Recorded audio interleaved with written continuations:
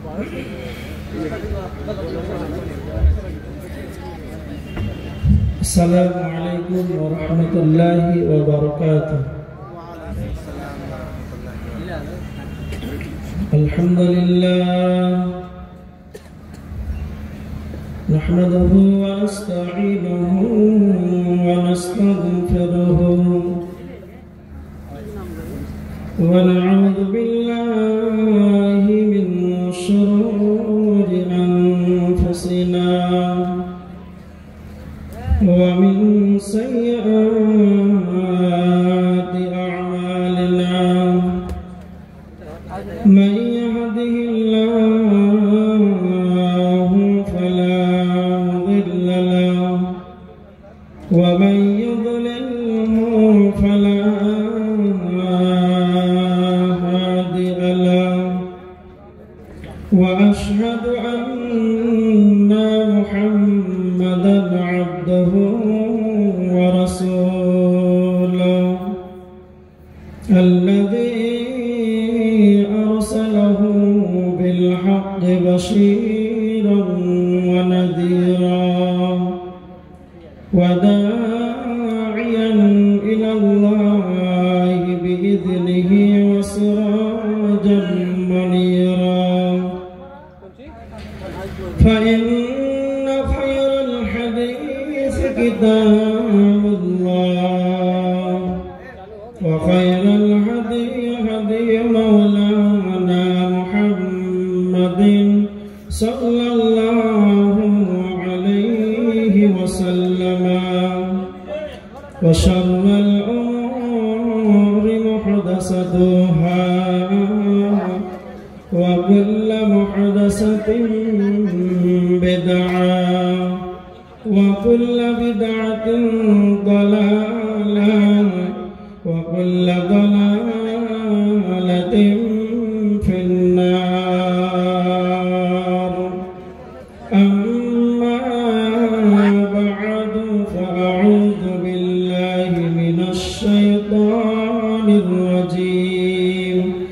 Bismillahirrahmanirrahim. Wa ma ja'alna li basharin min qablikal khuld afa in mitta fahumul khalidun. Kullu nafsin dha'iqatul maut wa nabluukum bisyarri wal khairi fitnah wa ilayna turja'un. Bismillahirrahmanirrahim. Afahasibtum annama khalaqnakum 'abatha wa annakum ilayna la turja'un. An Abi Hurairah qala Rasulullah sallallahu alaihi wasallam akthiru dhikra ya'nil maut hadhihi laddat. Wa qala an-nabiy sallallahu alaihi wasallam aktharuhum lil maut dhikra. Wa qala an-nabiy sallallahu alaihi wasallam fi rakhsa fi ziyaratil qubur zurul qubur fa innaha tudhakkirukumul akhirah. Ami murgale kari sorone ami kiasibu ar amake bhabiya অশ্রু ঝরাবে এমন বেদনা বুকে আছে কার। আমি মরে গেলে কারে শরণে আমি কি আসিব আর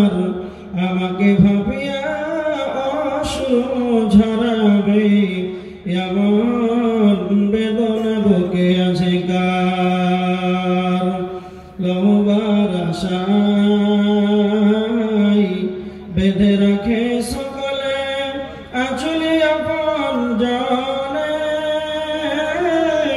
ভেবে নেবে তারা আমাকে আর কিছু দিতে পারিবে না, আমাকে ভাবিয়া অশ্রু ঝরাবে, এমন বেদনা বুকে আছে কার। আমি মরে গেলে কাউরে শরণে, আমি কি আসিব আর, আমাকে ভাবিয়া অশ্রু ঝরাবে, এমন বেদনা বুকে আছে কার। আশার যাওয়া যাওয়া আর আশা, আশা আর যাওয়া যাওয়া আর আশা, দুনিয়ার নীতি শোনো গো বন্ধুগণ, আজ আমি গেলে কাল তুমি যাবে, নিষ্ঠার নাই কোনো খোঁজ। আমি মরে গেলে কাউরি শরণে, আমি কি আসিব আর, আমাকে ভাবিয়া অশ্রু ঝরাবে, এমন বেদনা বুকে আছে কার। সম্মানীয় শ্রদ্ধেয় সুযোগ্য আজকের সভার সম্মানিত সভাপতি মহাশয়, স্টেজে উপস্থিত অন্যান্য ওলামা ইকরাম, সামনে উপস্থিত দিনদার ইমামদার পরেজগার মুসল্লিন ইকরাম, সমস্ত তারিফ আল্লাহ সুবহানাহু ওয়া তাআলা। তিনি প্রশংসা দাবি রাখেন, তিনি আমাদের হায়াত মওতের মালিক। তিনি প্রশংসার দাবি রাখেন, তিনি আকাশ ছত্রের মালিক। তার প্রশংসা করে আমরা শেষ করতে পারবো না, তাই সংক্ষিপ্ত প্রশংসা সবাই আল্লাহর দেওয়া একটি ছোট্ট লাভ্যে দ্বারাই আমরা সকলেই জোরে চিৎকার করে আল্লাহর শুকরিয়া আদায় করি। সবাই বলি আলহামদুলিল্লাহ। তারপরে পরে আমাদের ধর্মের গুরু, কর্মের নেতা, ফিসপালঙ্ক মহাপুরুষ, মহানির্ভেজাল বৈজ্ঞানিক, 570 খ্রিস্টাব্দে মাহমিনার গর্ভে মক্কা নগরে মাহমিনা লাল নবী মক্কি, নবী মাদানী, নবী মুহাম্মদ রাসূলুল্লাহ সাল্লাল্লাহু আলাইহি ওয়াসাল্লামের প্রতি শতকোটি শান্তির ধারা বিবর্ষিত হোক। আল্লাহুম্মা সাল্লি আলাইহি, আল্লাহুম্মা বারিক আলাইহি। আপনাদের সম্মুখে কোরআন থেকে কয়েকটি আয়াত এবং কয়েকটি হাদিস পাঠ করেছি। এই আয়াত এবং হাদিসকে সামনে রেখে আজকের আলোচনা হবে মওত সম্পর্কে। তার আগে মাইক ম্যান ভাই কে আছে? আওয়াজ বসে গেল আস্তে আস্তে, একটু ছাড়েন। এদিকে দেখেন, মওত, পৃথিবীতে শয়তান আমাদেরকে পথভ্রষ্ট করার জন্য সব সময় নিয়োজিত আছে। কেমন? বিভিন্ন রকম শয়তান পাপ করায়। শয়তান বিভিন্ন রকম পাপের কথা আপনাকে মনে করায়, অনেক কিছু ভুলিয়ে রাখে। সব থেকে বেশি আপনাকে ভুলিয়ে রাখে সেটা হচ্ছে মওত। কেন? মওত থেকে যদি আপনাকে শয়তান ভুলাতে পারে, তাহলে আপনি সব পাপে আপনি লিপ্ত হতে পারেন। এটা আপনার জন্য সহজ হয়ে যাবে। ইমাম মালিক রাহিমাহুল্লাহ তিনি বলেছেন, প্রত্যেকটা ইমানদারের উচিত সে যেন দুনিয়ার মায়া ত্যাগ করে দেয়। কেন? যে মালাকুল মওত যে কখন চলে আসবে এর কোনো গ্যারান্টি আছে? কোনো গ্যারান্টি নেই। এজন্য ইমাম মালিক রাহিমাহুল্লাহ তিনি বলেছেন, প্রত্যেকটা ইমানদারের উচিত হবে সে যেন সর্বদা আখিরাতের জন্য প্রস্তুত থাকে।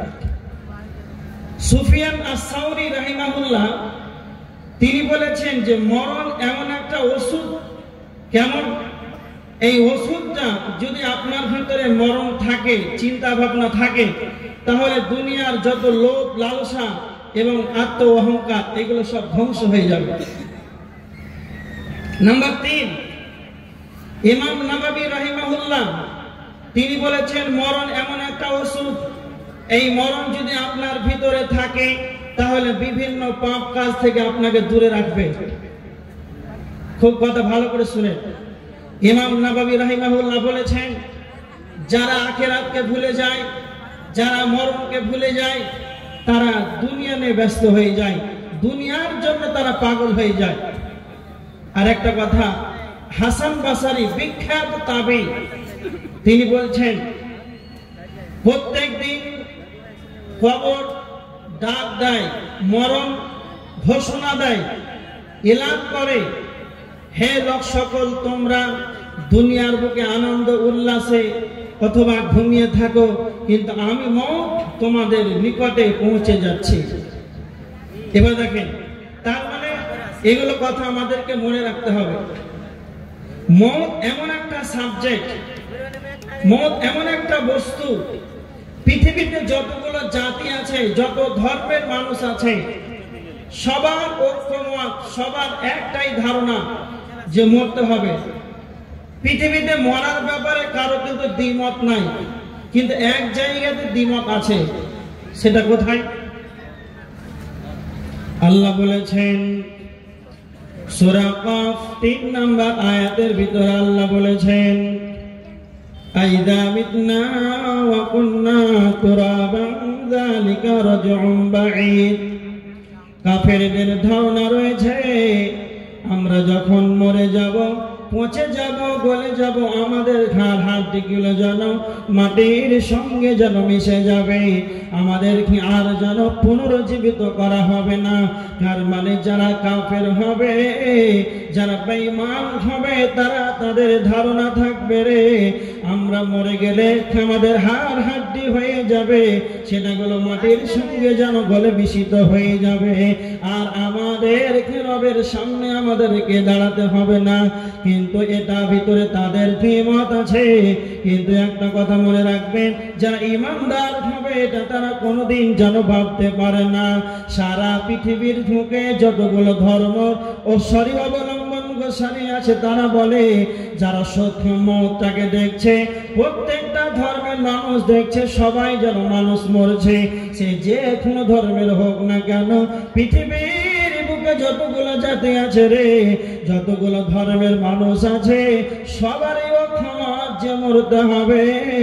কিন্তু যারা কাফের, তাদের ভিতরে সন্দেহ, তারা পোষণ করে যে আমাদেরকে মওতের পর আবার তোলা হবে না।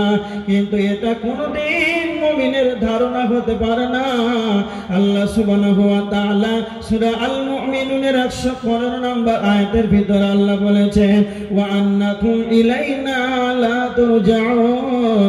আল্লাহ বলেছেন, তোমরা কি ভেবেছো, তোমরা কি ভেবেছো যে তোমাদেরকে আমার নিকটে ফিরে আসতে হবে না? আল্লাহ বলেছেন, ইন্না ইলাইনা ইয়াবাহুম সুম্মা ইন্না আলাইনা হিসাবাহুম। তোমাদেরকে আমার নিকটে আসতেই হবে, হিসাব দিতে হবে। এই তোমরা কোনোদিন কেউ কোনো মানুষ যেন কিয়ামতের ময়দানে গায়েব থাকবে না, কিয়ামতের ময়দানে অনুপস্থিত থাকবে না। সকলকেই আমি কিয়ামতের ময়দানে হাজিরি দেব। এবার দেখেন, যতগুলো কথা বললাম, একটাই পয়েন্ট, যে প্রত্যেকটা ধর্মের মানুষ সবাই বিশ্বাসী যে আমরা মরব। কিন্তু যারা কাফের, ওরা কিন্তু বিশ্বাসী নয় যে মরার পর আবার আমাদেরকে জিন্দা হতে হবে, এটা কিন্তু তারা ধারণা রাখেন। এবার দেখেন, মুসলিম শরীফের হাদিস 5544 নম্বর হাদিস, আল্লাহর নবী সাল্লাল্লাহু আলাইহি ওয়াসাল্লাম বলেছেন, হাক্কুল মুসলিম আলাল মুসলিম সিদ্দুন। এক মুসলিম অপর মুসলমানের উপরে 6টা হক।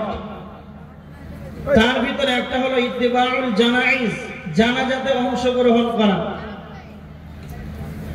তার মানে বুখারীর হাদিস 1325 নম্বর হাদিস, আল্লাহ রাসূল সাল্লাল্লাহু আলাইহি ওয়াসাল্লাম বলেছেন, কেউ যদি জানাজায় যায় তাহলে তাকে এক কিরাত নেকি দেওয়া হবে। কেউ যদি দাফন কমপ্লিট করে তাহলে তাকে 2 কিরাত নেকি দেওয়া হবে। তার মানে 2 কিরাত বলতে 2 উহুদ পাহাড় সমতুল্য নেকি দেওয়া হবে। কেন? আপনি মাটি দিতে যাবেন তো আপনাকে 2 উহুদ পাহাড় নেকি দেওয়া হবে। আর আল্লাহ রাসূল বলেছেন যে এটা হচ্ছে হক এক মুসলমানের প্রতি অপর মুসলমানের হক। কেন? সবের কথা বলা আছে, তার মানে কবরস্থানের যাওয়ার কথা বলা আছে। বিশ্বনবী বলেছেন তোমরা কবরস্থানে যাবে। বুখারীর হাদিস, ইবনে মাজাতে একটি হাদিস রয়েছে, হাদিস নাম্বার 1577 নম্বর। হযরত আয়েশা রাদিয়াল্লাহু তাআলা আনহা তিনি বর্ণনা করেছেন, রাখাসা ফি জিয়ারাতিল কবর, বিশ্বনবী কবর জিয়ারত করার নির্দেশন দিয়েছেন। তার মানে আমাদেরকে কবরস্থানে কবরবাসীদের জন্য কবর জিয়ারত করতে হবে। আল্লাহর নবী সাল্লাল্লাহু আলাইহি ওয়াসাল্লাম এখান থেকে বুঝাতে চেয়েছেন তোমরা কবরস্থানে যাও। যখন তোমরা কবরস্থানে যাবে তখন তোমাদের যেন বিবেকটা যেন খুলে আসবে। যখন তোমরা একটা মানুষকে জানাজার সালাত আদায় করবে, তারপরে নিজের হাতে যখন তাকে কাফন পরিয়ে কবরস্থানে নীরব নগরে যখন তুমি রেখে দেবে, তোমার যেন বিবেকটা খুলে আসবে। এই জন্য দার্শনিকদের মত, কবর এমন একটি জায়গা, কবর এমন একটি জায়গা রে, সেইখানে গেলে যেন আপনার পরকালকে যেন স্মরণ আসবে। একজন দার্শনিক বলেছেন কবরস্থানটা হলো শিক্ষালয়ের জায়গা, কবরস্থানটা হলো একটা শিক্ষা নেওয়ার জায়গা। যেমন মসজিদে ছাত্ররা শিক্ষা নেয়, যেমন মাদ্রাসায় ছাত্ররা শিক্ষা নেয়, স্কুল কলেজ রয়েছে, ইউনিভার্সিটি ভার্সিটি রয়েছে, এইগুলিতে যেমন মানুষ শিক্ষা নেয়, তো কবরস্থানটাও হলো একটা শিক্ষাঙ্গন। কবরস্থানটাও হলো একটা শিক্ষাঙ্গন। কবরস্থানটা এমন একটি শিক্ষাঙ্গন, এমন একটি জায়গা, সেই জায়গাতে যেন সবাই যদি যারা যাবে কারা সেই জায়গাতে যেন শিক্ষা নেবে।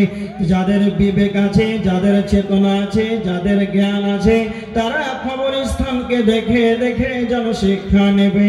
কবরস্থানকে দেখে কি শিক্ষা নেবে?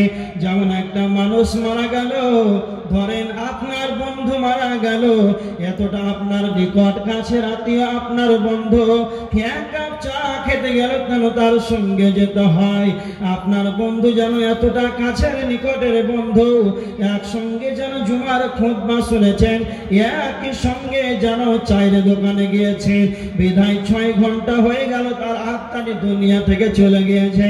এই জন্য তার নাম হয়ে গেল আব্দুল্লাহ নাই। আব্দুল্লাহ থেকে তার আত্মাটি যাওয়ার কারণে তার নামটা হয়ে গেল তার লাশ।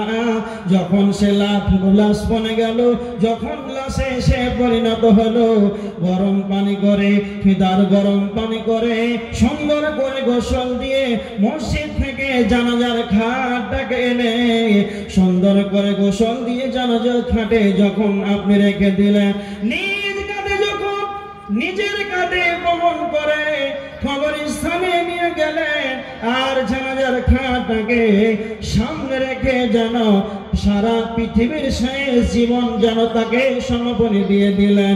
তার মানে যখন আপনি জানাজা শুরু করে দিলেন, যখন জানাজা শেষ হয়ে গেল, নিজ হাতে করে বন্ধুটাকে কবরস্থানে নীরব নগরে রেখে দিলেন। তো যারা দার্শনিক তিনারা বলেছেন, যারা জ্ঞানী হবে, যারা বিচক্ষণ হবে, যারা ইমানদার হবে, যারা জ্ঞানী হবে, যাদের বিবেক আছে, তারা এইগুলো দেখে যেন শিক্ষা নেবে। আজকে যাকে আমি গরম পাতা করে বরের পাতা দিয়ে গরম পানি দিয়ে যাকে গোসল দিয়ে দিলাম, যাকে আমি কাঁধে করে যেন কবরস্থানে নিয়ে গেলাম, আজকে যাকে সামনে রেখে জানাজার সালাত আদায় করলাম, যাকে আমি নিজ হাতে কবরস্থানে যেন নামিয়ে দিলাম, যারা বিবেকবান হবে এইগুলো দেখে শিক্ষা নেবে। আজকে যাকে যেই রকম ভাবে আমি কবরস্থানে রেখে দিলাম, আমাকেও এইভাবে যেন কবরস্থানে চলে আসতে হবে। যখন আপনি কবরস্থানে যাবেন, তখন আপনার পরকালমুখী আপনার জীবনটা তৈরি হয়ে যাবে, মরণকে স্মরণ আসবে। ইবনে মাজাহ শরীফের হাদিস 1559 নম্বর হাদিস। বিশ্বনবী বলেছেন, জুবুরুল কুবুর, জুরুল কুবুরা, তোমরা কবর জিয়ারত করো। কেন বিশ্বনবী কবর জিয়ারতের কথা কথা বলেছে, যখন আপনি কবরের কাছে যাবেন, যখন কবরবাসীদের জন্য কবর জিয়ারত করবেন, আল্লাহর নবী বলেছেন ইন্নামা তুযাক্কিরুকুমুল মাউত, এই মওত না তখন তোমার জন্য তোমার স্মরণ হবে, যখন তোমার মরণ স্মরণ হয়ে যাবে।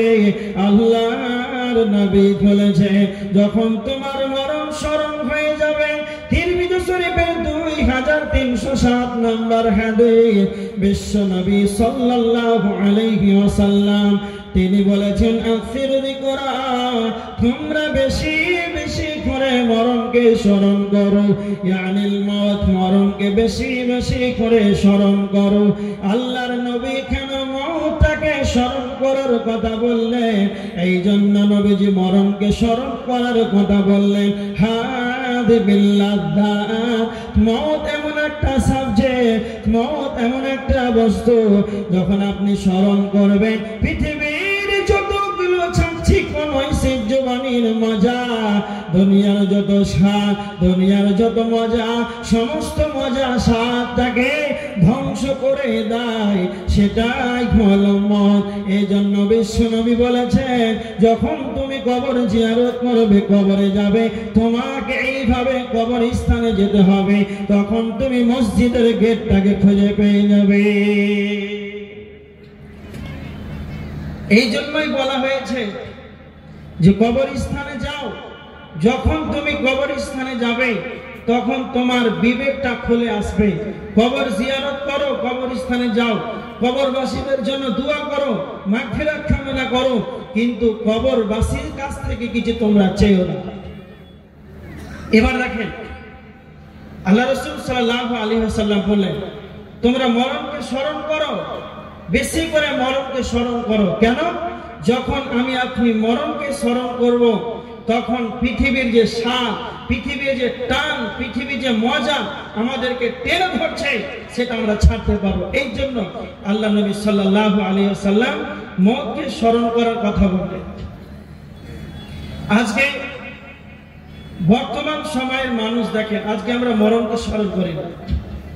হযরত আবু হুরায়রা বিখ্যাত সাহাবী, তিনি মরণকে স্মরণ করে কাঁদতেন। এমনকি হযরত আবু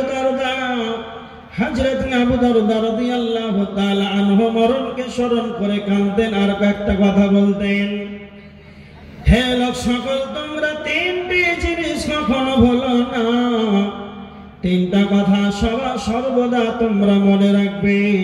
এক নাম্বার হলো মরণকে সর্বদা স্মরণ রাখবে, দ্বিতীয় নাম্বার হলো কবর, তিন নাম্বার হলো আল্লাহর সামনে আমাদেরকে যেন উপস্থিত হতে হবে, আল্লাহর সম্মুখীন হতে হবে।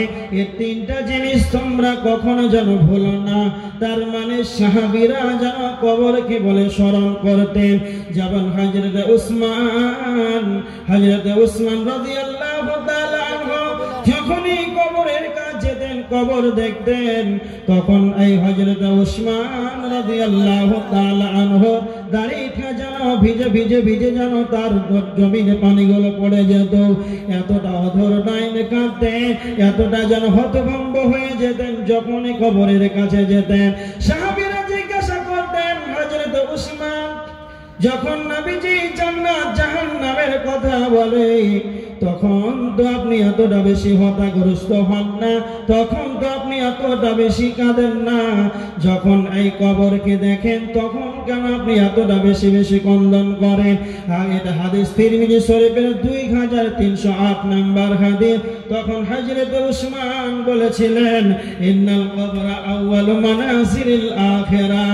আল্লাহর নবী বলেছেন, ও আমার সাথীরা তোমরা শুনে রেখে দাও, ইন্নাল কবরা আউয়ালু মানাসিরিল আখিরাহ, পরকালের যতগুলো স্টপেজ আছে, প্রথম স্টপেজ হলো কবর। কেউ যদি কবরে বেঁচে যায় তাহলে সব জায়গাতেই যেন বেঁচে যাবে, আর কেউ যদি কবরে ধরা খেয়ে যায় তাহলে যেন সব জায়গাতে যেন ধরা খেয়ে যাবে। এই জন্য উসমান সর্বদা যখনই তিনি কবরকে দেখে তখন তিনি মরণকে স্মরণ করে এতটা হতাশগ্রস্ত হয়ে যেন তার চোখে অঝোর নয়নে পানি ঝরে যেত। হযরত উমর রাদিয়াল্লাহু তাআলা আনহুর হাত ধরে বিশ্বনবী কয়টা কথা বলেছে। হাদিসটা তিরমিজি শরীফের হাদিস 2333 নম্বর হাদিস। আল্লাহর নবী হযরত উমরের শরীরের কোন অংশতে হাত দিয়ে উমরকে বললেন, উমর ওয়াউদ্দা নাফসাকা ফি আহলিল কবর, তুমি সদা সর্বদা নিজেকে কবরবাসী ভেবে নাও, তুমি নিজেকে সদা সর্বদা ভাবো, তুমি নিজেকে কবরবাসী ভাবো। দ্বিতীয় নাম্বার উমর রাদিয়াল্লাহু তাআলা আনহুকে বললেন, উমর সকাল হবে তো সন্ধ্যার আশা করবে না, সন্ধ্যা হলে সকালের আশা করবে না। তার মানে আজকে আমরা সন্ধ্যায় যখন মাগরিবের সালাতটা পড়ে নিলাম, মুমিন যারা হবে তারা কোনোদিন সেটা ভাবতে পারে না আবার যে সকাল হবে, আবার যে আমরা ফজরের সালাত পাবো, এর কোনো গ্যারান্টি নাই। তারপরে যখন ফজরের সালাত আদায় করে নিলাম, মুমিন যারা হবে তারা ভেবে নিবে আবার যে আমরা মাগরিবের সালাত পাবো, তার মানে সকাল হয়ে গেল, আবার সন্ধ্যা যে আমরা পেয়ে যাব, এটার কোনোদিন এক পয়সার দাম দিতে পারে না। এই জন্য বিশ্বনবী কাকে বলছেন না তো উমরকে, হে উমর তুমি সদা সর্বদা নিজেকে কবরবাসী ভেবে না। এদিকে লক্ষ্য করে, তার মানে সাহাবীরা মরণকে স্মরণ করতেন, হযরত উসমান কবরকে স্মরণ করতেন, দেখতেন তো কাঁদতেন, অঝোর নয়নে পানি ঝরত। আল্লাহ রাসূল উমরকে বলছেন তুমি নিজেকে কবরবাসী ভাবো। যতগুলো হাদিস বললাম একটাই কথা যে মওতকে স্মরণ করতে হবে, তবে আপনি পাপ থেকে বাঁচতে পারবেন। আজকে আমরা মওতকে স্মরণ করি, সত্য কথা বলি, আমরা আজকে মরণকে স্মরণ করি না। কি হয়, আমরা কবরস্থানে যাই কারো জানাজার সালাতে দাফনে, তখন আবার রাজনীতির গল্প করি। এরকম মানুষ আছে আপনাদের এলাকায়? আর কথা বললেন আছে? কবরস্থানে যাই তখন তার ছেলেটা কোথায় পড়ছে, সায়েন্সে পড়ছে, মেডিকেলে পড়ছে, ডাক্তার হবে, তো 2030-এ ডাক্তার হবে, তো 2025-এ কবরস্থানে গিয়ে বলছে যে 2030 আমার ছেলেটা ডাক্তারি পাস করে নেবে। এই কথাটা বলা কবরস্থানে প্রয়োজন আছে? কেমন মানুষ তো, অনেক মানুষ আছে, যত গল্প আছে কবরস্থানে গিয়ে শুরু করে দিল। আমি বলে যাচ্ছি শুনেন, এরা মানুষ নামের পশু, এরা মানুষ নয়। দেখতে মানুষ, কিন্তু এরা মানুষের মতো, আল্লাহ রসুলের ভাষায় এরা মানুষ না। কেন মানুষ? কেন যে কবরস্থানে গিয়ে রাজনীতির গল্প করবে, সাংসারিক জীবনের, পারিবারিক জীবনের গল্প কেন করবে? আমার দিকে লক্ষ্য করেন, যারা কবরস্থানে গিয়ে রাজনীতির গল্প করবে তাদেরকে যে পশু বললাম, এতে মনে অনেকের দুঃখ হলো নাকি? একটা উদাহরণ দিচ্ছি, দেখেন, আপনাদের এলাকায় কসাইখানা আছে, মাংস বিক্রি করে, খাসির মাংস নাই, আছে না নাই? আপনাদের এই জলসা ক্যাশিয়ার বলছে ইমাম সাহেব, ইমাম সাহেব বক্তারা তো খাসির মাংস খাবে, 5 কিলো মাংস লাগবে। কসাইখানা গেল, কসাইখানা যাওয়ার পর দেখছে মাত্র 1 কিলো মাংস আছে, লাগবে 5 কিলো, লাগবে 5 কিলো, আর মাংস আছে 1 কিলো। আর কসাইখানাতে আর অন্য ছাগল যারা আছে ওরা কাঁঠালের পাতা খায় না, খায় না, খড়িতে বাঁধা থাকে, তখন সে কাঁঠাল পাতা খাচ্ছে। তা আপনাদের এই মসজিদের ইমাম তখন বলছে কসাইখানার মালিককে যে ওই যে খাসিটা কাঁঠাল পাতা খাচ্ছে, একবারে হিষ্টপুষ্ট, খুব সুন্দর হবে, মাংস খুব ভালো হবে, তাকে কেটে দেবে। কত লাগবে? না তো 5 কিলো লাগবে, খাসির ওজন 10 কিলো। তখনও তার দাম দর চলছে, তার মানে 30 সেকেন্ড কিংবা 1 মিনিট পরে তার গলার উপরে ছুরি চলবে, তখন সে কাঁঠাল পাতা খাচ্ছে। খুব ভালো করে কথাটা শুনে, 1 মিনিট পর কিংবা 30 সেকেন্ড পর তার গলার উপরে ছুরি চলবে, তখন সে কাঁঠাল পাতা খাচ্ছে। কারণ সে হলো পশু, তার মানসত্বর জ্ঞান নাই, তার বিবেক নাই, তার চেতনা নাই যে আমার দামদার হয়ে গেল, আমি আর খাবো না, আমাকে আমার গলার উপরে ছুরি চলবে। এটা জানে না, সে পশু। পশু বুঝে না যে আমাকে মরতে হবে, এই জন্য সে কাঁঠাল পাতা খায়। আর আপনি বুঝেন না যে কবরস্থানে গিয়ে রাজনীতির গল্প করছেন। তা আপনি ওর চাইতে, ওই খাসির চাইতে আপনি কি ভালো হলো? ও যেমন বুঝেন আপনিও তো বুঝেন না। আর একটা কথা শুনেন, মনে রাখ করবেন না। কেমন? 2 জন ছেলেকে ধরে নিয়ে আসে, 2 জন ব্যক্তিকে, তারপরে ফাঁসির কাস্টে 2 জনকে ঝুলিয়ে দেয়। 15 বছরের ছেলে 2 জনকে ফাঁসির কাস্টে, একজনকে ঝুলিয়ে দিলেন আর একজনকে বললেন যে তোমার 10 মিনিট পরে তোমার ফাঁসি হবে। খুব ভালো করে বুঝুন, তোমার ফাঁসি হবে মাত্র 10 মিনিট পর। আচ্ছা, একজন ঝুলছে আর একজনকে বলা হলো তোমার 10টা মিনিট সময় থাকলো। এই সময় যদি তাকে চায়না থেকে 5G মোবাইল, কাশ্মীর থেকে আপেল, সৌদি আরব থেকে আজওয়া খেজুর, যাবতীয় বিভিন্ন দামি দামি জিনিস দেওয়া হয়, মোবাইল দিলে ফ্রি ফায়ার খেলবেন? বলেন খেলবেন? 10টা মিনিট আছে, খেলবেন? খেজুর খাবেন? আমেরিকার পাউরুটি দিলে খাবেন? তাকে কিছুই যেন ভালো লাগে না। তার মনের ভিতরে একটাই কথা যে মাত্র 10 মিনিট পর আমাকে যেন ফাঁসির কাস্টে ঝুলতে হবে। এই 10টা মিনিট যেন তার মাথায় কাজ করেছে যে আমাকে যেন 10 মিনিট পর যেন আমাকে দুনিয়া ছেড়ে চলে যেতে হবে। এই জন্য পৃথিবীর কোনো কিছুই তাকে ভালো লাগে না। এবার আপনি বলেন, ওকে যে 10টা সময় দেওয়া হলো, 10টা মিনিটে যতগুলো আমার সম্মুখে ডানে বামে স্টেজে যতগুলো মানুষ আছে, একবার অন্তরস্থল থেকে বলে আমার একটা সেকেন্ডের গ্যারান্টি আছে। আপনাদের মুখে সম্মুখে আমি চোখ দিয়ে দেখলাম, আবার যে পিছন ফিরে তাকাবো এর কোনো গ্যারান্টি নাই। তারপরে যেন আমরা মরণের পরিস্থিতি নিই না, তারপরে যেন কবরস্থানে গিয়ে রাজনীতির গল্প করে। আজকে আমরা মরণকে বলে ভুলে গিয়েছি, শয়তানের পদঙ্কতে আমরা পড়ে গিয়েছি। মাত্র 10টা মিনিট সময় দেওয়া হলো, তারপরেও তাকে কিছুই ভালো লাগে না, কোনো কিছুই ভালো লাগে না। আর আজকে আমাদের অবস্থা, একটা সেকেন্ডের একটা মিনিটের গ্যারান্টি নাই। তারপরে আজকে আমরা 5 ওয়াক্ত সালাত ছেড়ে দিই। যাকাত তো ভুলে গেছি, যাকাতের বিধান কোরআন হাদিসে আছে, এটা জানেই না অনেক মানুষ। তাহলে আপনি কি বুঝতে পারছেন? মওত এমন একটা সাবজেক্ট যেটা আপনার স্মরণ করলে, ইহকালকে স্মরণ করলে পরকাল যে আপনার উজ্জ্বল হবে, ভালো হবে, এটা আমরা জানতে পারি। এদিকে দেখেন, মরণ এমন একটা সাবজেক্ট আমরা একবারও কেউ চিন্তা ভাবনা করি। কেমন? আপনাদেরকে একটা কথা বলে যাচ্ছি, খুব ভালো করে শুনেন। আগামীকাল লাশ হয়ে কবরস্থানে যাওয়ার আগেই, কথাটা সবাই মুখস্থ করে নেন, আগামীকাল লাশ হয়ে কবরস্থানে যাওয়ার আগেই, আগামীকাল লাশ হয়ে অন্যর কাঁধে চেপে কবরস্থানে যাওয়ার আগেই আপনি আপনার পায়ে হেঁটে মসজিদে যান, এতেই আপনার সফলতা আছে। ইনশাআল্লাহ যাবো তো? হাত উঁচু করে দেখা। মসজিদে যাবো তো ইনশাআল্লাহ?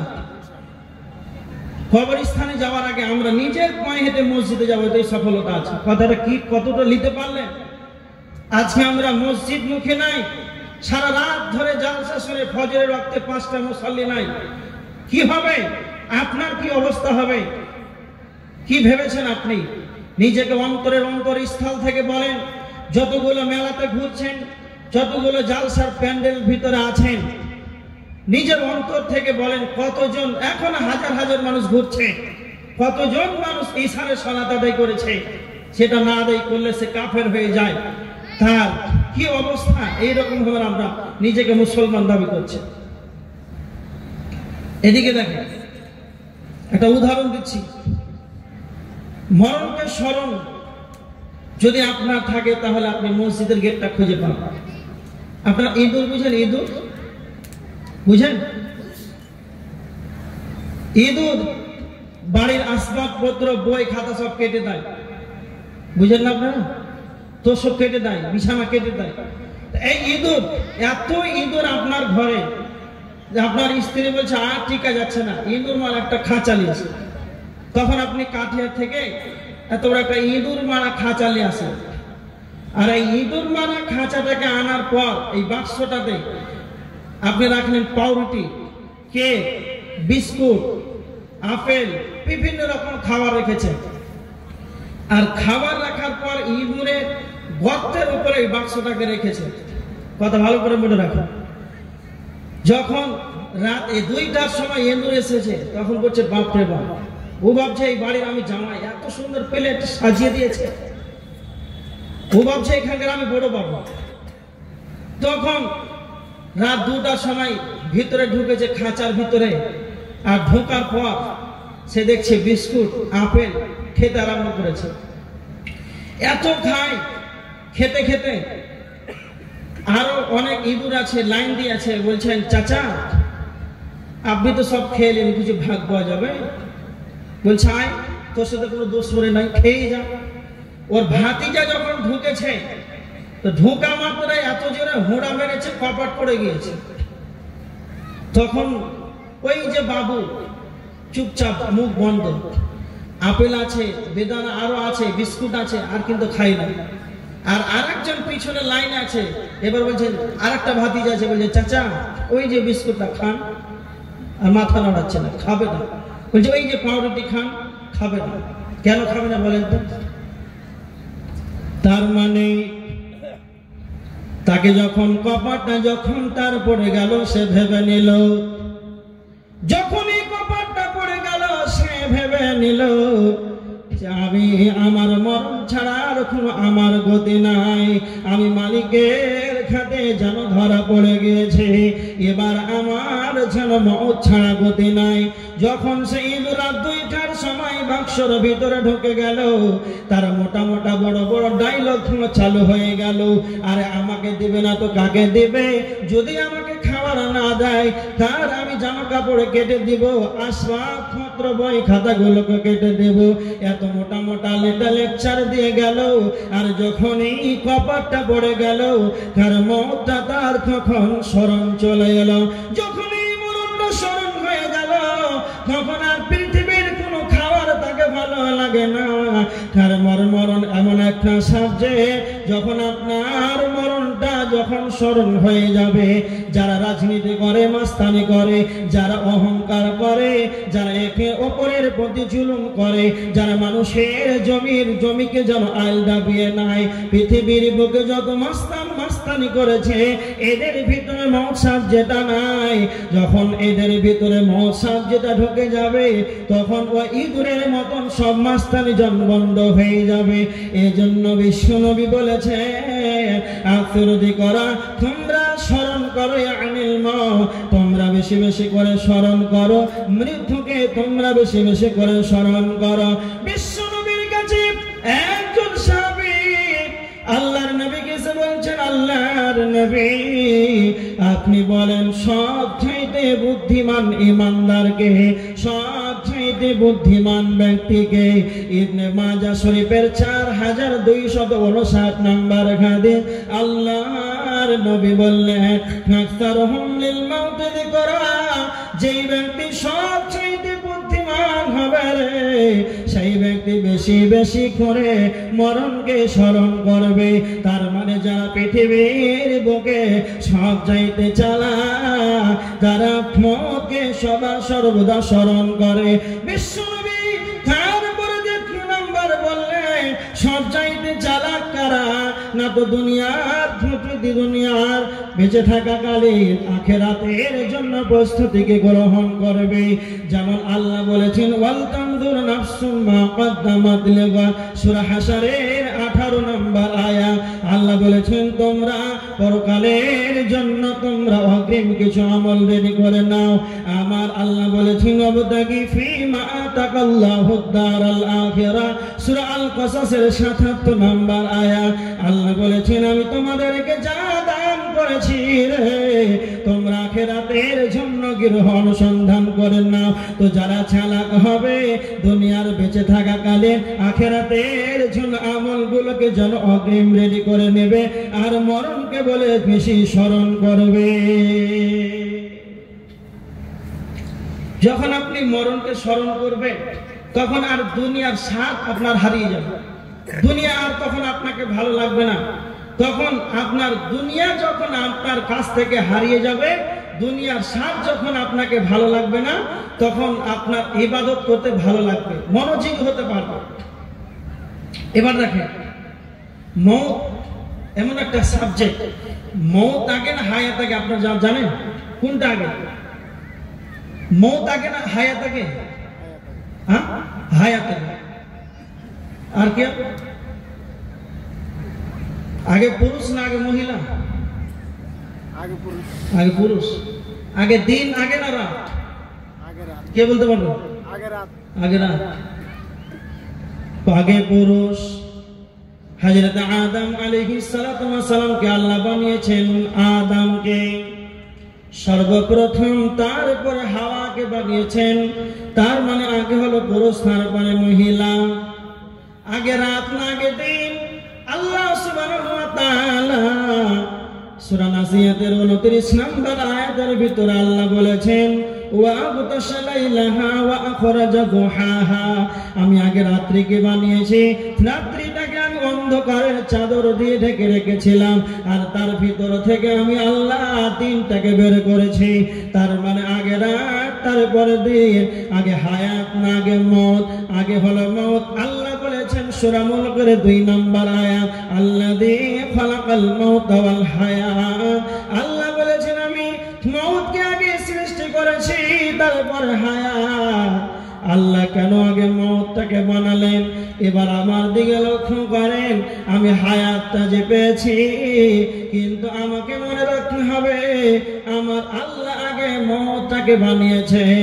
তার মানে আমি হায়াতটাকে সেকেন্ডে, মিনিটে, ঘন্টাতে, সপ্তাহে, মাসে, বছরে, আমার জীবনের সময়কে যেন আমি শেষ করে দিয়েছি। আমার মওতটা রেডি হয়ে আছে, লাল সিগন্যাল দেওয়া আছে।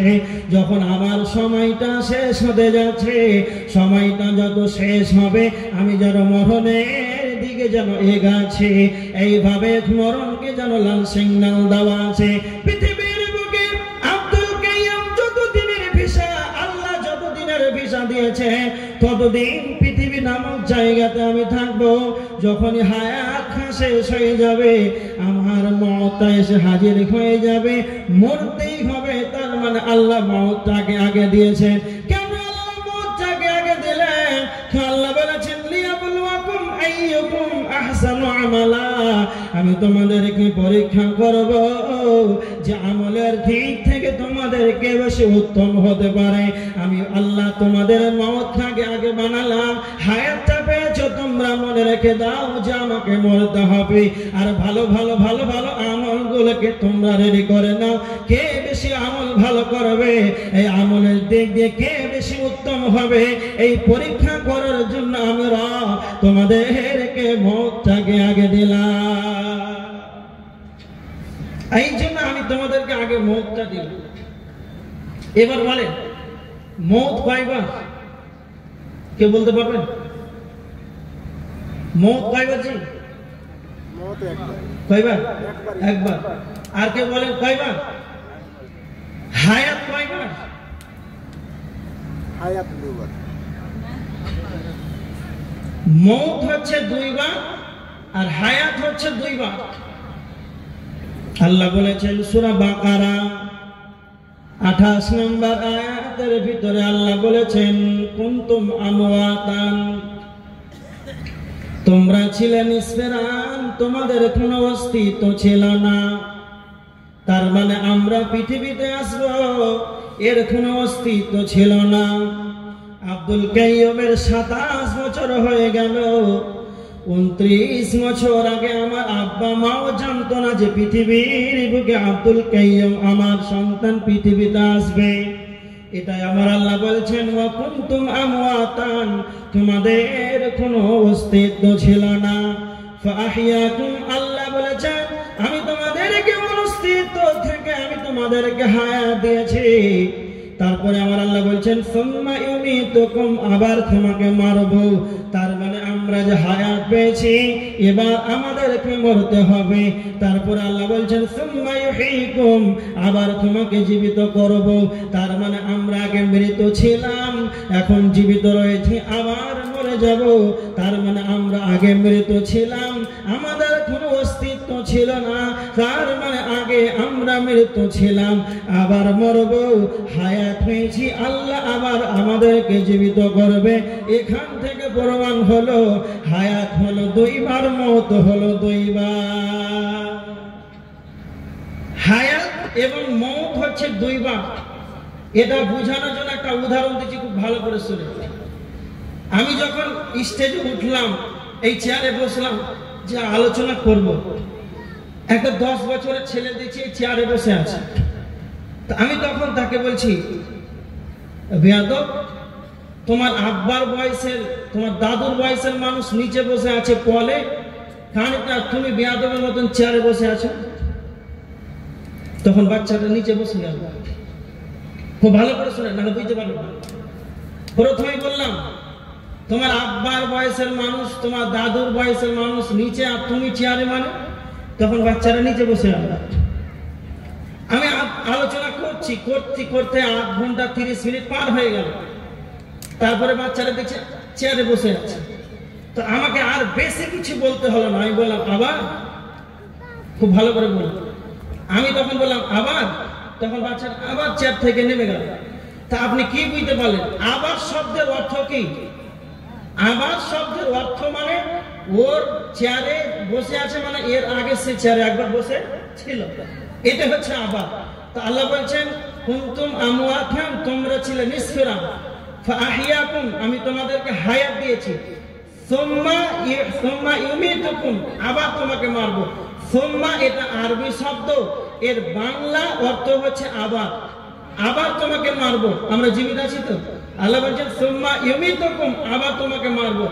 তার মানে আবার শব্দের অর্থ কি আমরা আগে মৃত্যু ছিলাম, এটা আল্লাহ বলছেন। আর একটা প্রমাণ দেন, সূরা আল মুমিন 11 নম্বর আয়াত।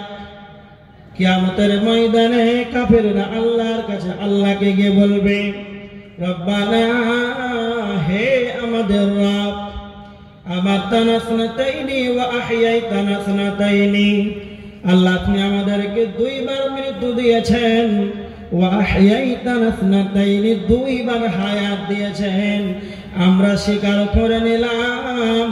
ফাহাল ইলা খুরুজিম মিন সাবিল, এবার আমাদের পালাবার পথ আছে কি তা বলেন। তার মানে কাফেরেরা, বেঈমানেরা যারা অস্বীকার করত যে আমরা পৃথিবী থেকে যখন মারা যাব, দুনিয়া থেকে যখন মারা যাব, আবার আমাদেরকে আর পুনর্জীবিত করা হবে না, কিন্তু বেঈমানেরা কিয়ামতের দিন আল্লাহর সামনে স্বীকার করবে, আমাতানা সুনাতাইনি ওয়া আহইয়াইতানা সুনাতাইনি, আপনি আমাদেরকে দুইবার হায়াত দিয়েছে, দুইবার মৃত্যু দিয়েছে। তার মানে প্রমাণ হয়ে গেল যে আগে মওত কেন দিলেন? আমলগুলো আমাদের রেডি করার জন্য। দুইবার হায়াত, দুইবার মওত, আমরা পৃথিবীতে এসেছি, আবার আমাদেরকে মরতে হবে। এই জন্য আল্লাহ বলেছেন কুল্লু নাফসিন যায়িকাতুল মাউত, কুল্লু নাফসিন যায়িকাতুল মাউত, আল্লাহ বলেছেন প্রত্যেকটা প্রাণীকে মৃত্যুর স্বাদ গ্রহণ করতে হবে। কোরআনের ভিতরে যতগুলি আয়াত আছে, এই আয়াতটি হলো আল্লাহর চ্যালেঞ্জের আয়াত। যার ভিতরে আত্মা আছে যেন তাকে মওতের স্বাদ যেন তাকে চিখতে হবে, তার কোন রকম বেঁচে থাকার কোনো তার অধিকার নাই। তার মানে এটা হলো চ্যালেঞ্জ। 30 পারা কোরআনে 114টা সূরার ভিতরে আল্লাহ এই আয়াতটিকে 3 বার কোরআনের ভিতরে এনেছেন।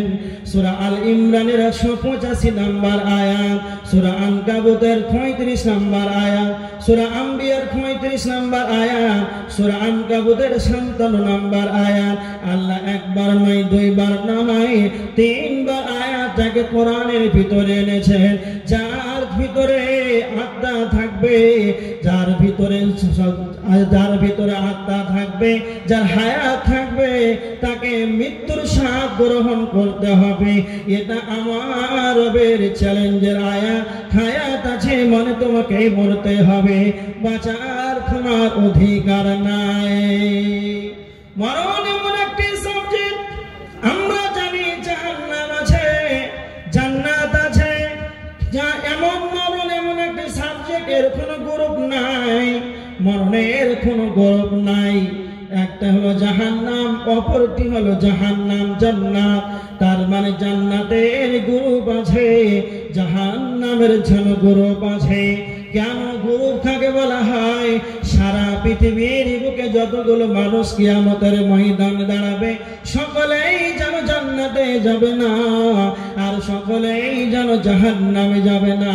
জান্নাতীদের গ্রুপ হবে, জাহান্নামীদের গ্রুপ হবে, জান্নাতীদের গ্রুপ হবে, জাহান্নামীদের গ্রুপ হবে। সকলেই যেন জান্নাতে যাবে না, সকলেই যেন জাহান্নামে যাবে না। জান্নাত জাহান্নামের গ্রুপ আছে, কিন্তু মতের কোনো গ্রুপ নাই। তুমি এমপি হও কেন, প্রধানমন্ত্রী হও, প্রাইম মিনিস্টার হও, তুমি চাকরিজীবী হও কিংবা প্লেন চালক হও, তুমি রিক্সা চালক হও, তুমি বাদশাহ হও কিংবা পথের ভিখারি হও, মতের সাথে মাঝে থাকতেই হবে। এর কোন রকমের কোনো গৌরব নাই। বাদশাকে মরতে হয়েছে, ফকিরকে মরতে হয়েছে। একটা কথা মনে রাখবেন, সারা পৃথিবী এমন একটা সময় অতিবাহিত হয়েছে, এখন পৃথিবীর যুগে স্বাধীন দেশ হলো 200 দেশ।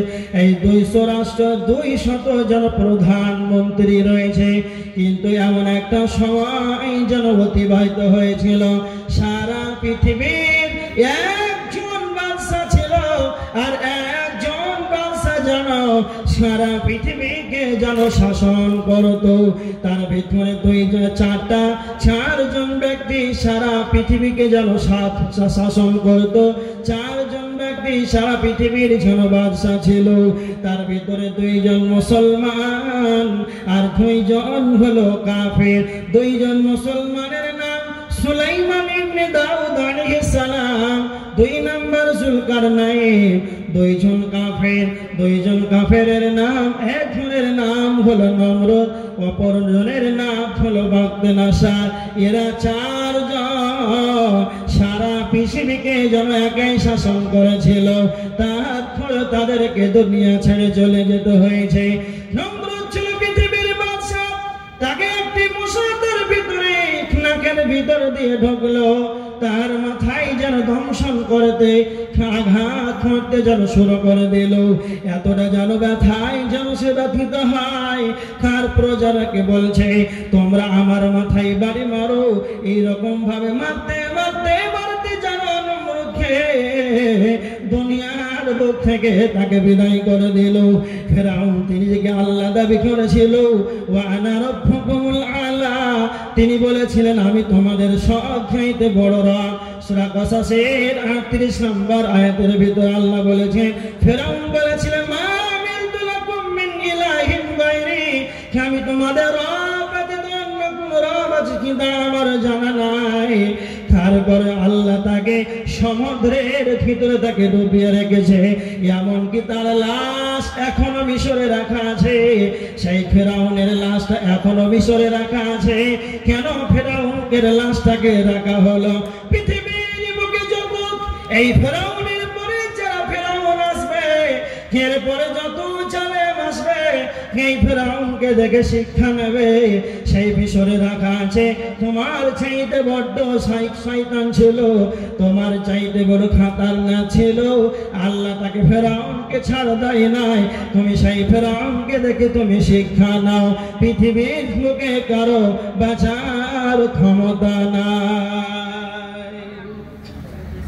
এটাই আল্লাহ বলছেন, মরণ থেকে বাঁচার কারো ক্ষমতা নাই। আদম আলাইহিস সালাতু ওয়াস সালাম আপনারা জানেন কত বছর বেঁচে ছিলেন? 960 বছর। হযরত নূহ আলাইহিস সালাম শুধু দাওয়াত দিয়েছেন 950 বছর। ইদ্রিস আলাইহিস সালাম বেঁচে ছিলেন 860 বছর। হুদ আলাইহিস সালাম বেঁচে ছিলেন 460 বছর। তারপরও তারা দুনিয়াতে নাই। সালমান ফারসি রাদিয়াল্লাহু তাআলা আনহু তিনি বেঁচে ছিলেন, হায়াত পেয়েছিলেন 250 বছর। তারপর দুনিয়া ছেড়ে চলে যেতে হয়েছে। এত দীর্ঘ সময় পাওয়ার পর আল্লাহ রাসূল সাল্লাল্লাহু আলাইহি ওয়াসাল্লাম বলছেন, উমর উম্মতি, আমার উম্মতের গড় বয়স মিন 60 সানাতান ইলা 70 সানাতান, আমার উম্মতের 60-70 বছর বয়স, এর মধ্যে মারা যাবে। তাহলে তারা এত দীর্ঘ সময় পাওয়ার পর তাদেরকে দুনিয়া ছেড়ে চলে যেতে হয়েছে।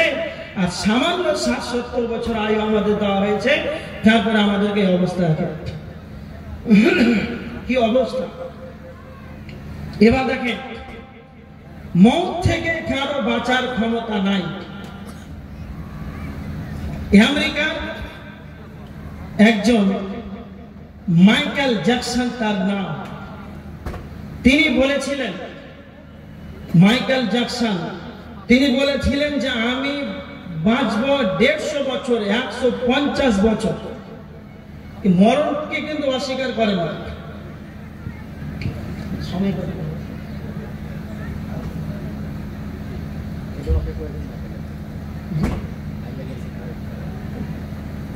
এদিকে দেখেন, এই মাইকেল জ্যাকসন 150 বছর সে ভেবেছিল যে আমি বাঁচবো। এই জন্য 6 জন ডাক্তার, বড় বড় বিশেষজ্ঞ, এই ডাক্তারগুলো তার বাড়িতে থাকতো। প্রত্যেকটা খাবার ল্যাবরেটরিতে চেক করতো, এই খাওয়াটা কোন অসুখ হতে পারে, কি হতে পারে, যেন না পারে, কোন অসুখই না হয়। এই কারণে সে চেক আপ করে করে করে করে 6টা ডাক্তার রেখে বিভিন্ন ল্যাবরেটরিতে চেক করে খাবার খেয়েছে। তারপরেও 150 দূরের কথা 50 বছরে মাথায় সে মারা গিয়েছে, বাঁচতে পারেনি। চায়নার প্রথম বাদশাহ, তিনি এই মাইকেল জ্যাকসনের মতন, তিনিও অনেক ডাক্তার রাখতেন যে না মরব না, তারপরে মরতে হয়েছে, কোনো উপায় নেই। আপনাদের সম্মুখে কয়েকটি কথা। আমি তো বললাম যে কুল্লু নাফসিন যায়কাতুল মাউত, মানুষ মৃত্যুর স্বাদ গ্রহণ করবে। তা আপনারা একটা উত্তর দিন তো, মানুষ মরে? জোরে কথা বলেন, মানুষ মরে? মরে না মরে না? কথা বলেন। হ্যাঁ, মরে। আমি বললাম যে মানুষ মরে না। কেন?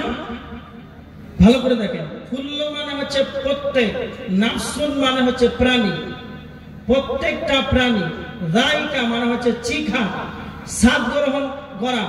আপনাকে হেড বাংলায় বলা হয় চাটা। মওত মানে হচ্ছে মরণ। তর্জমাটা দেখেন, প্রত্যেকটা প্রাণীকে মৃত্যুর স্বাদ গ্রহণ করতে হবে। এখানে তো বলা হয়নি যে প্রত্যেকটা প্রাণীকে মরে যেতে হবে, স্বাদ গ্রহণ করতে হবে।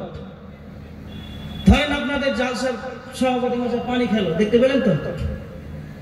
পানি খেলো, সে পানি হয়ে গেল না পানি স্বাদ গ্রহণ করলো? কথা বলে।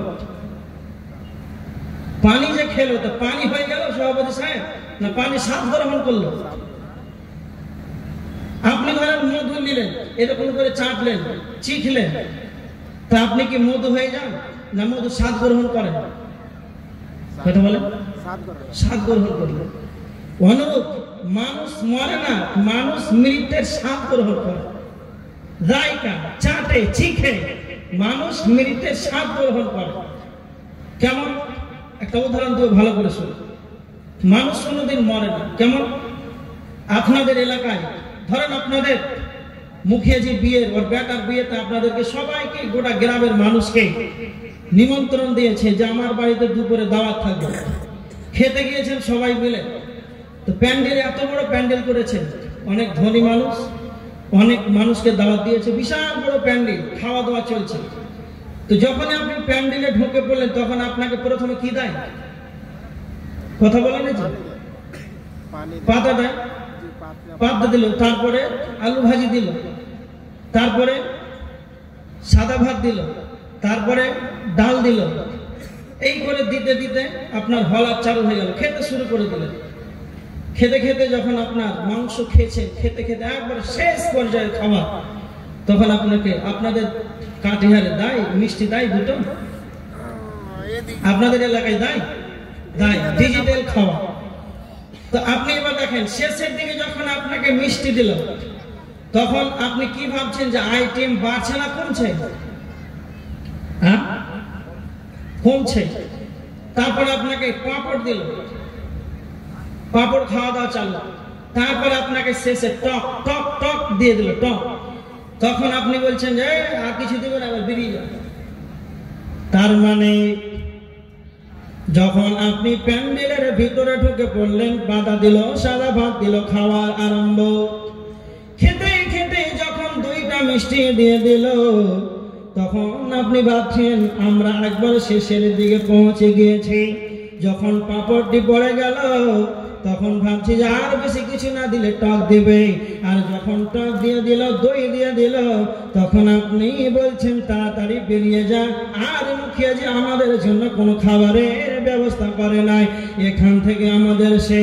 তার মানে এবার বুঝেন, পৃথিবীর বুকে যখন কোনো সন্তান মায়ের পেট থেকে যখন দুনিয়াতে ভূমিষ্ঠ হয়ে যখন পৃথিবীতে আসে, সন্তানটা কি খাবে?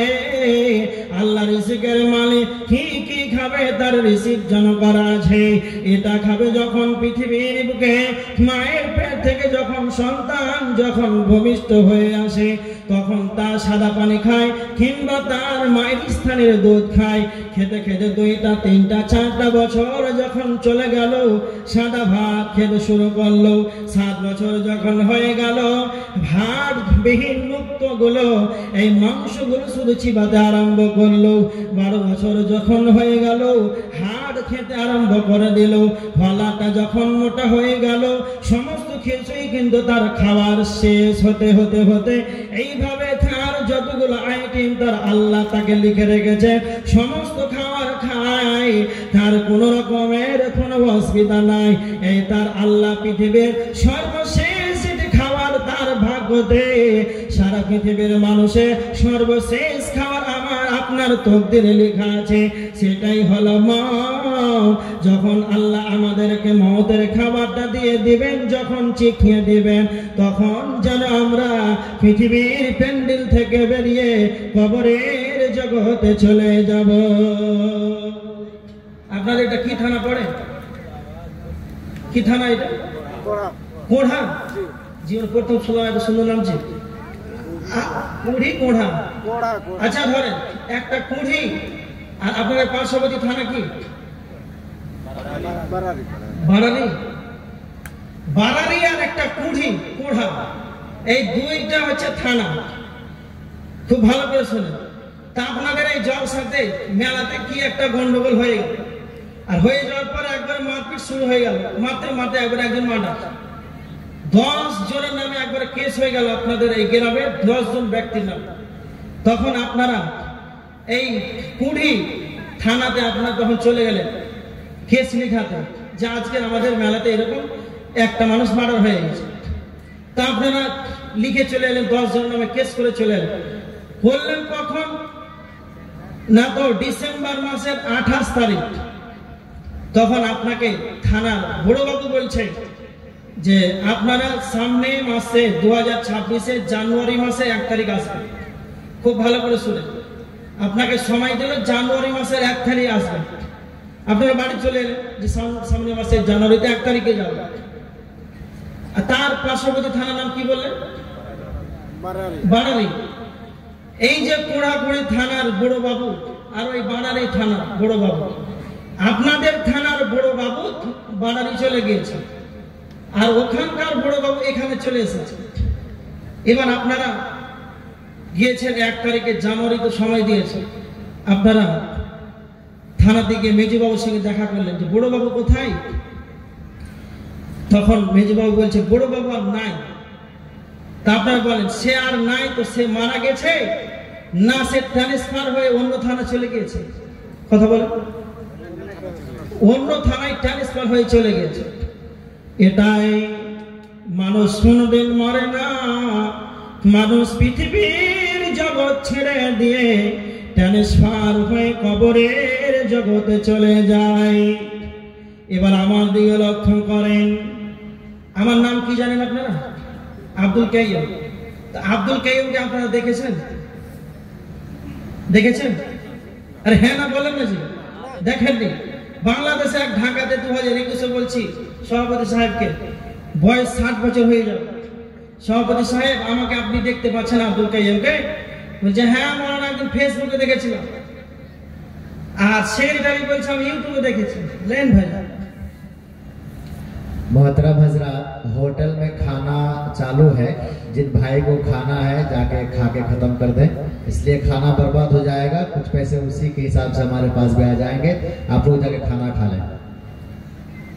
এদিকে দেখেন, তার মানে আমাকে বলছে যে ফেসবুকে দেখেছি, ইউটিউবে দেখেছি, আর আমি এখন আপনাদের সম্মুখে বসে আছি, তো আপনারা আমাকে দেখতে পেয়েছেন? হ্যাঁ দেখতে পেয়েছেন। জি না, আব্দুল কাইয়ুমকে কেউ দেখতে পাবে না। আব্দুল কাইয়ুমের যেটা দেখছেন সেটা মাথা থেকে পা পর্যন্ত, এটা হলো আব্দুল কাইয়ুমের দেহ। আব্দুল কাইয়ুম যে কথা বলছে তার আত্মা, সেই আব্দুল কাইয়ুম সে পৃথিবীর কারো দেখার ক্ষমতা নাই। যেটা আমাকে দেখতে পাচ্ছেন এটা হলো আব্দুল কাইয়ুমের বডি, এটা আমার দেহ। একটা উদাহরণ দিলে ভালো করে বুঝতে পারবেন। আপনাদের কাটিহার জেলাতে আমি জলসা করতে এলাম। রাত 2টার সময় আমি আমার 4 চাকাটা গাড়িটাকে ছেড়ে দিলাম, মালদা যাব, রওনা দিয়ে দিলাম। কাটিহারে যখন এই স্টেশন রোডে যখন চৌরঙ্গি মোড়ে গেলাম, অন্য একটা গাড়ি এসে 10 চাকার লরি এসে ধাক্কা দিয়ে গাড়িটা অ্যাক্সিডেন্ট হয়ে যেন আব্দুল কাইয়ুম সেই জায়গাতে যেন মারা গেল। সকালে আপনারা খবর পেলেন যে আমাদের প্রধান বক্তা, আমাদের দ্বিতীয় তৃতীয় বক্তা আব্দুল কাইয়ুম যে মালদা থেকে এসেছিল, কালিয়াচক থেকে যিনি বক্তব্য দিতে এসেছিলেন, তিনি নাকি সেই স্টেশন রোডে কাটিহারে চৌরঙ্গিতে যেন সে মরে পড়ে আছে। তখন আপনারা চায়ের দোকানে গল্প করছেন যে আব্দুল কাইয়ুমের লাশ পড়ে আছে। কথাটা ভালো করে বুঝেন।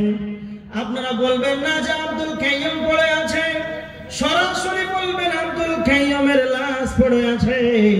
তার মানে আব্দুল কাইয়ুম আলাদা, আব্দুল কাইয়ুমের দেহ আলাদা, আব্দুল কাইয়ুম আলাদা আর আব্দুল কাইয়ুমের দেহ আলাদা। কেমন করে? এবার ভালো করে শুনে নেন। দেহ তৈরি হয়েছে মাটি থেকে, দেহ ফিরে যাবে আল্লাহর। দেহ তৈরি হয়েছে মাটি থেকে, দেহ ধ্বংস হবে মাটিতে। দেহ তৈরি হয়েছে মাটি থেকে, দেহ ধ্বংস হবে মাটিতে। দেহ তৈরি হয়েছে মাটি থেকে, দেহর খাওয়ার আছে মাটিতে, আবার দেহ ধ্বংস হবে মাটিতে। আত্মা এসেছে আল্লাহর কাছ থেকে, আত্মার খাওয়ার আছে আল্লাহর জিকিরে, আবার আত্মা চলে যাবে আল্লাহর কাছে। এবার দেখেন, এই জন্য আমার আল্লাহ বলেছেন মিনহা খালাকনাকুম ওয়া ফিহা নুঈদুকুম ওয়া মিনহা নুখরিজুকুম তারাতান উখরা। আমি তোমাদেরকে মাটি থেকে সৃষ্টি করেছি, সৃজন করেছি, আবার তোমাদেরকে মাটিতে ফিরিয়ে দেব। তার মানে আমাদেরকে আল্লাহ মাটি থেকে বানিয়েছেন, আবার মাটিতে ফিরিয়ে দেবেন। কে বলে মানুষ মারে, কে বলে মানুষ মরে, আমি বুঝলাম না ব্যাপার। মরলে মানুষ বিচার হবে কার?